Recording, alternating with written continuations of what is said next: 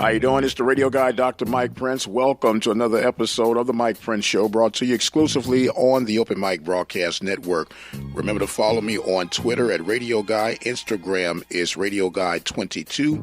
We're on 87.9 FM in the Prairie View city limits. And, of course, if you're outside, you can always dial 605-477-5066 and listen to 24-hour programming. We can be tracked by way of TuneIn at Open Mic Broadcast Network. That's OPEN, capital MIC. That's all one word, and Broadcast Network. And want to remind you guys, we do have a YouTube channel. It too is Open Mic Broadcast Network. Without further ado, let us join today's episode. Well, we have a champion. Villanova removed all inkling of a doubt on who was the dominant male team in the NCAA championship game, taking care of Michigan with no problem at all. And congratulations, of course, to the women NCAA champion Notre Dame. What a game, what a tournament on the women's side. I don't know about you, but to me, I found myself more intrigued and entertained with the women's championship game and the tournament play rather than the men. Of course, with Loyola Chicago doing what they did, they kept the interest going. But it just seemed to be more intriguing. I know everybody is not all into women's basketball as they are into men's basketball, but I thought that it was a very well put together tournament. I thought it was a good product from beginning to end. They got it right with their top seeds making it to the Final Four, and I thought it was a very, very good tournament. On a scale of 1 to 10, with 10 being the greatest, I would have to be honest and say that I would give it an 8. And the reason I would give it no more than 8 because none of the schools that I was rooting for made it in. But overall value, overall entertainment, absolutely worth its weight in gold. On the men's side, however, I'm going to say it was just as entertaining, and I would have to probably give them an 8 as well. There are some things that I thought could have been done a little bit better, not to be so ticky-tacky, this, that, and the other. But I believe sometimes the referees get a little whistle-happy in certain parts of the game. It breaks up the flow of the game. And that's just my own quirky opinion. That doesn't mean much of anything. I'm pretty sure that the hardcore basketball fans like it just the way it is. But what a turnout for the two host cities, Columbus, Ohio for the women's division and San Antonio, Texas for the men's division. All seem to be working well. Everyone seems to be happy. And, of course, we know Villanova and Notre Dame are extremely happy as the end results for this 2017-18 campaign. What I'm going to do, I'm going to take a very quick break, and when we come back, we're going to introduce our top 10 softball and baseball HBCU teams at the midway point. Keep it where you got it. You're listening to the Mike Prince Show right here at the Open Mic Broadcast Network. We'll be right back. Houston Alumni Chapter is holding its annual crawfish boil on April 7, 2018 at 3 p.m. Location, Renee's on the Bayou, 2541 North McGregor Way. Scholarship and membership fundraiser. Calling all graduates and undergraduates. Contact Daryl Anderson at 832-525-0725 for any further details. And welcome back, ladies and gentlemen, to the Mike Prince Show, brought to you each and every day right here at the Open Mic Broadcast Network. We got so many things in the hopper right now that I can't even begin to tell you who, what, when, where, and how things are going to be going. But just stay tuned, keep it close, and we'll be getting this information to you hot, fast, and in a hurry. We know that spring football is in the air. Coach Eric Dooley and the Panthers are getting things in gear, if you would. The Purple and Gold game will be April the 14th. We do plan to be out there to make some assessments and get some possible interviews and some sneak peeks of the Panthers and what they have to offer for the 2018 campaign. Believe it or not, man, we're only a few months out from having opening kickoff. So get your popcorn ready, and we'll be talking some pigskin real soon. But meanwhile, it is officially spring, and what other sport to talk about than on the diamond? And I'm talking that of softball and baseball. And what we've decided to do here at the Open Mic Broadcast Network is present to you our mid-season top 10 from the softball division and from the men's division. Now, the way we've done this, we're HBCU schools, and we literally pulled from 3-4 conferences. And that, of course, is the Southwestern Athletic Conference, otherwise known as the SWAC, from the MEAC, and we also pull from the SIAC and the CIAA. So the teams would comprise of those conference teams. And surprisingly, CIAA does not have baseball in their conference. However, if you don't hear a CIAA team, it's not because we're not shedding love. Now, we had a kind of quirky system on how we did this, but it works to our satisfaction, if you would. And it's a poll, and you can respond to the poll, of course, by Twitter at Radio Guy or Instagram, Radio Guy 22. We want to have these posted for you guys to look, like, share, and even comment on what do you think about our polls. And without further ado, we'll start with the softball division first, and we will read from 10 up to 1. Coming in at number 10, representing the Southwestern Athletic Conference, would be Alabama State. They're coming in with a 6-3 conference record. Let it be duly noted that we are strictly basing this on conference records. We didn't go into the overall. We'll kind of probably do something more elaborate toward the end of the season. However, Alabama State comes in at number 10.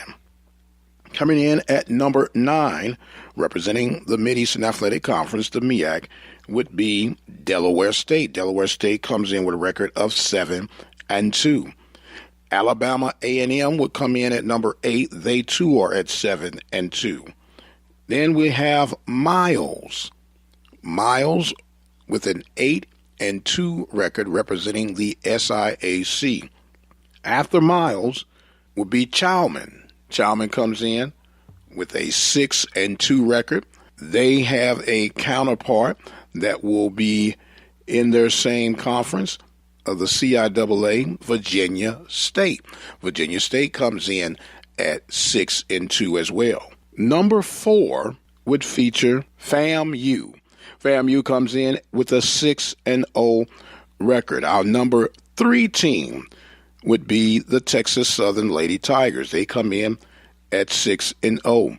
Number 2 on our midseason softball HBCU top 10 poll would have Albany State. Albany State comes in with a 10-0 record. And number 1 at the midway point, according to the Open Mic Broadcast Network softball poll, would feature Spring Hill coming in at 13-0. We love to hear from you and your reply to what you think about our top 10 softball poll of the HBCU sports. We're going to take us a break, and when we come back, we'll talk on the baseball side. You're listening to the Mike Prince Show right here at the Open Mic Broadcast Network. Keep it where you got it, and we'll be right back. Hello, this is Lonzo Hardy, Vice President of the SWAC Alumni Association. The SWAC Alumni Association is an organization founded in 1999 with the goal of enhancing the great legacy of excellence in the SWAC as well as preserving the athletic heritage of the SWAC. Its membership is open to former athletes as well as current and former coaches, assistant coaches, athletic administrators, referees, employees of conference member institutions, as well as fans of SWAC sports. Individuals interested in gaining membership can contact the organization's president, Roscoe Nance, at 509 Worcester Street in Herndon, Virginia, 20170. Annually, the SWAC Alumni Association holds a Legends Award in which Lifetime Achievement Awards are presented. Occasionally, a legend of the conference is honored in a roast, and annually 1 or 2 former student athletes are presented degree completion scholarship awards. Contact the organization's president, Roscoe Nance, at 509 Worcester Street in Herndon, Virginia, 20170. And welcome back to the Mike Prince Show, brought to you each and every day right here at the Open Mic Broadcast Network. Remember, we're on in your local community on Prairie View side at 87.9 FM. If you're not within that range, always flip over to TuneIn app. You can catch us right there. All you have to do is go to Open Mic Broadcast Network and look us up that way. And if you happen to be on the go, pull out your phone and dial 605-477-5066. Check out what we got in store for you. When we last got together, we were talking about the top 10 poll for softball. Now we're going to switch over to baseball. Coming in at number 10 with a 6-2 record would be Kentucky State. Kentucky State will be at number 10. At number 9 would be Clayton. Clayton comes in with a 6-2 record as well. Coming in at number 8 would be Texas Southern. Texas Southern's record 7-4 in conference play at the moment. Coppin State will hold the number 6 spot. They are at 7-2. Coming in at number 6 would be FAMU. FAMU holding down a 7-2 conference record. Number 4 would bring Spring Hill into the mix. Spring Hill right now is standing at 8-0. Number 4 on the list would have Miles. Miles at an impressive 9-0. Number 3 would feature Grambling State Tigers coming in at 8-4. Number 2 would feature Alabama State coming in at 8-4. And the number 1 team, according to our poll here at the Open Mic Broadcast Network, would feature Jackson State at 9-3. So there you have it. Our top 10 polls from baseball and softball. Give us some feedback. Let us know what you think about it. There are some teams that may have appeared to be shunned on this first go-around, but everyone can make it. That's why they call it a top 10. And we had our criteria, and I thought we were pretty fair down the board. Some of you may be figuring why a 9-0 and a 8-0 team are not at the top seed. We have our reasons behind that as well. No disrespect, just keeping it moving. So be sure to check in and keep up with us right here at the Open Mic Broadcast Network, as we'll feature these baseball and softball polls coming up to you as we, believe it or not, are heading toward tournament play.